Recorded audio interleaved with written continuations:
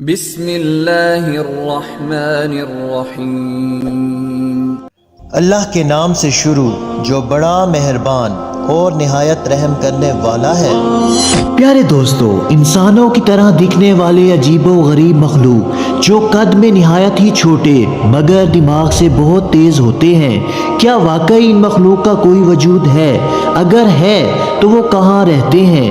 زمین کے نیچے، پہاڑوں یا جنگلوں میں؟ ایسا بھی ہو سکتا ہے کہ وہ اب بھی کسی سنسان جزیرے میں باقی اس دنیا سے بے خبر زندگی گزار رہے ہوں۔ دوستو، اللہ تعالیٰ کا تخلیق کردہ اس زمین کا سینہ بے شمار جانوروں سے بھرا پڑا ہے، جن میں کئی مخلوقات ایسی ہیں جن کے متعلق صرف افسانہ، داستانیں اور لوک کہانیاں ملتی ہیں، لیکن اس کے باوجود آج بھی بے شمار لوگ ان مخلوقات کے وجود کو حقیقت مانتے ہیں۔ یہ مخلوقات مختلف مقامات پر اپنی جھلک دکھلا کر اپنے ہونے کا ثبوت دیتے رہتے ہیں۔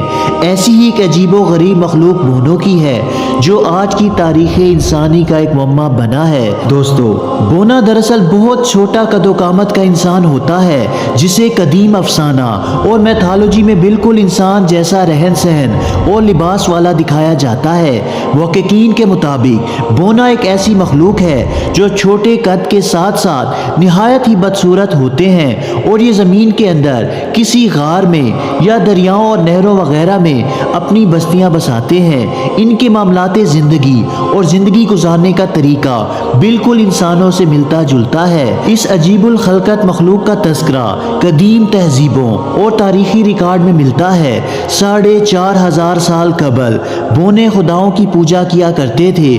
قدیم مصری ادب، فلسفہ اور شاعری میں بونوں کو عزت و احترام کے ساتھ ذکر کیا جاتا ہے۔ 21ویں صدی سے پہلے بونوں کو صرف افسانوں اور قصہ کہانیوں میں موجود مخلوق مانا جاتا تھا، لیکن حقیقت سے پردہ تب اٹھا جب ستمبر سال 2003 میں آرکیولوجسٹ کو انڈونیشیا کے فلوری سینک نامی جزیرے کے ایک غار میں بونوں کے ڈھانچے اور باقیات ملے۔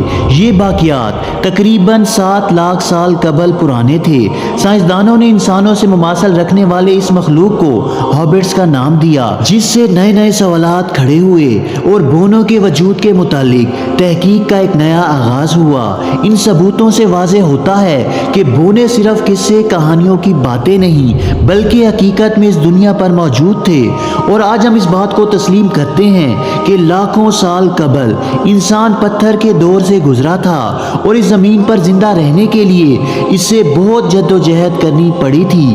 اس دور میں ہم انسانوں سے پہلے دیگر انسان نما نسلیں پائی جاتی تھیں جو شکل و صورت اور جسمانی طور پر ہم انسانوں سے بہت ملتے جلتے تھے۔ ان نسلوں میں بہت قداور انسان بھی تھے، اور یہ بونے بھی۔ ان تمام نسلوں کے وجود کا آج ہمارے پاس پختہ ثبوت موجود ہے۔ دوستو، بونوں کے قصے سب سے پہلے امریکہ سے شروع ہوتے تھے، جہاں کے مقامی باشندے یہ مانتے تھے کہ جنگلات میں چھوٹے چھوٹے مخلوقات رہتے ہیں جو بالکل انسانوں کی طرح دکھتے ہیں۔ ان کا یہ ماننا تھا کہ یہ بونے انسانوں سے چھپ کر رہتے ہیں۔ یہ قصے پورے امریکہ اور یورپ میں مشہور ہوتے چلے گئے۔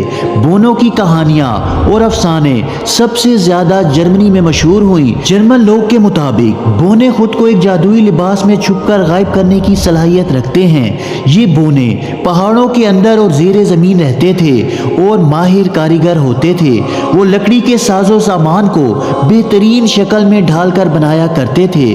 دوستو، قدیم میتھولوجی کے مطابق بونے زیر زمین چھپے ہوئے خزانوں کے محافظ ہیں، جن کے پاس سونے، چاندی اور دیگر قیمتی پتھر اور ہتھیار موجود ہوتے ہیں۔ شمالی یورپ میں مشہور بونوں کی کہانیوں میں انہیں اکثر ایسے جادوئی ہتھیار بنانے والے کے طور پر دکھایا گیا ہے جو اپنے دور کے مطابق کافی جدید تھے، جن میں بجلی کے دیو ٹاور کا مشہور ہتھوڑا بھی شامل ہے۔ دوستو، جرمن قبائل کے مطابق بونے بہت پراسرار مخلوق ہوتے ہیں جو اکثر انسانی رابطے سے دور رہتے ہیں، لیکن کبھی کبھار انسانوں کے رابطے میں آ جاتے ہیں، اور اگر انسان ان کا اعتماد جیت لیتا ہے تو وہ انہیں خزانوں سے نوازتے ہیں۔ مسیحی ثقافت اور افسانوں میں بونا ایک سینٹا کے نام سے مشہور ہے، جس کے متعلق یہ تصور کیا جاتا ہے کہ وہ کرسمس کے موقع پر بچوں کو تحفے تحائف دیتا ہے، اور یہ مانا جاتا ہے کہ قطب شمالی میں یہ رہتا ہے جہاں بونوں کی فوج موجود ہے۔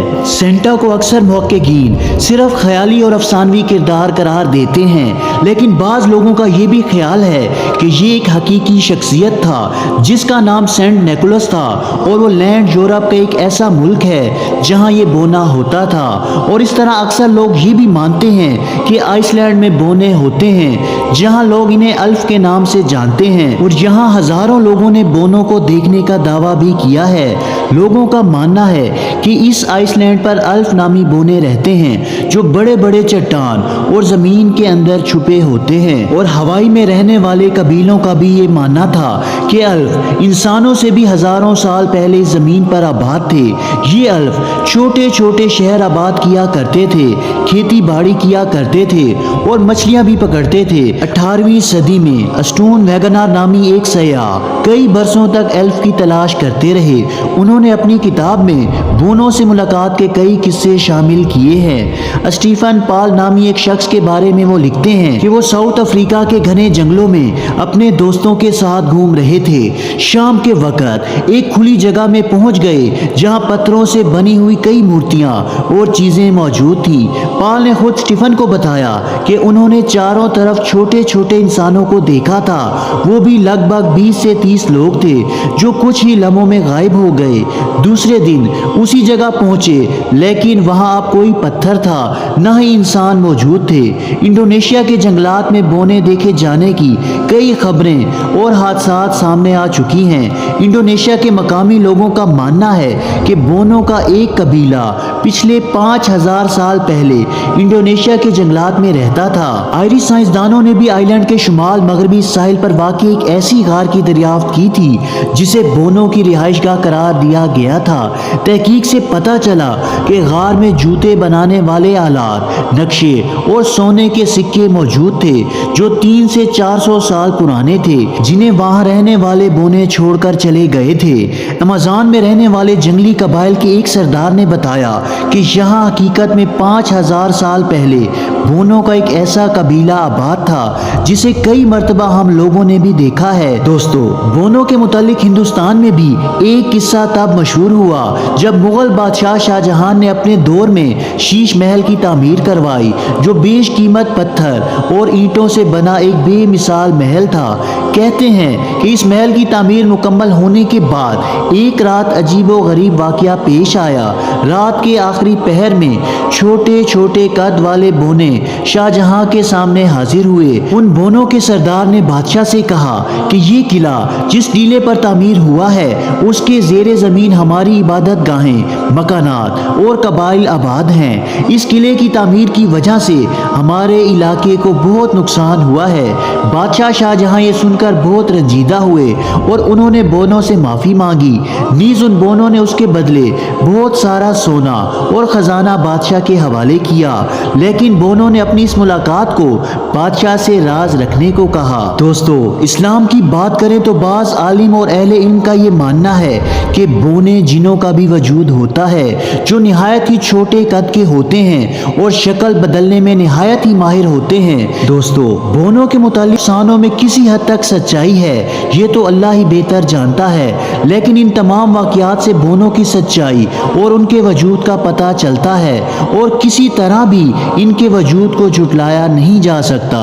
شاید اللہ تعالیٰ نے ان بونوں کو زیر زمین چھپا کر اس لیے رکھا ہے تاکہ وہ ہم انسانوں کی شریر اور گندی حرکتوں سے محفوظ رہ سکے، کیونکہ اگر یہ بونے انسانوں کی آنکھوں کے سامنے ہوتے تو یہ انسانوں کے ہاتھوں سے ہرگز محفوظ نہ رہ پاتے۔ بے شک بونوں کی حقیقت اللہ تعالیٰ ہی بہتر جانتا ہے۔ اللہ تعالیٰ سے دعا ہے کہ اللہ تعالیٰ ہمیں نیک اعمال کرنے کی توفیق عطا فرمائے اور برے اعمال سے بچائے۔ اسی طرح کی مزید معلوماتی اور اسلامی ویڈیو دیکھنے کے لیے ہمارے اس اسلامی چینل کو سبسکرائب ضرور کریں۔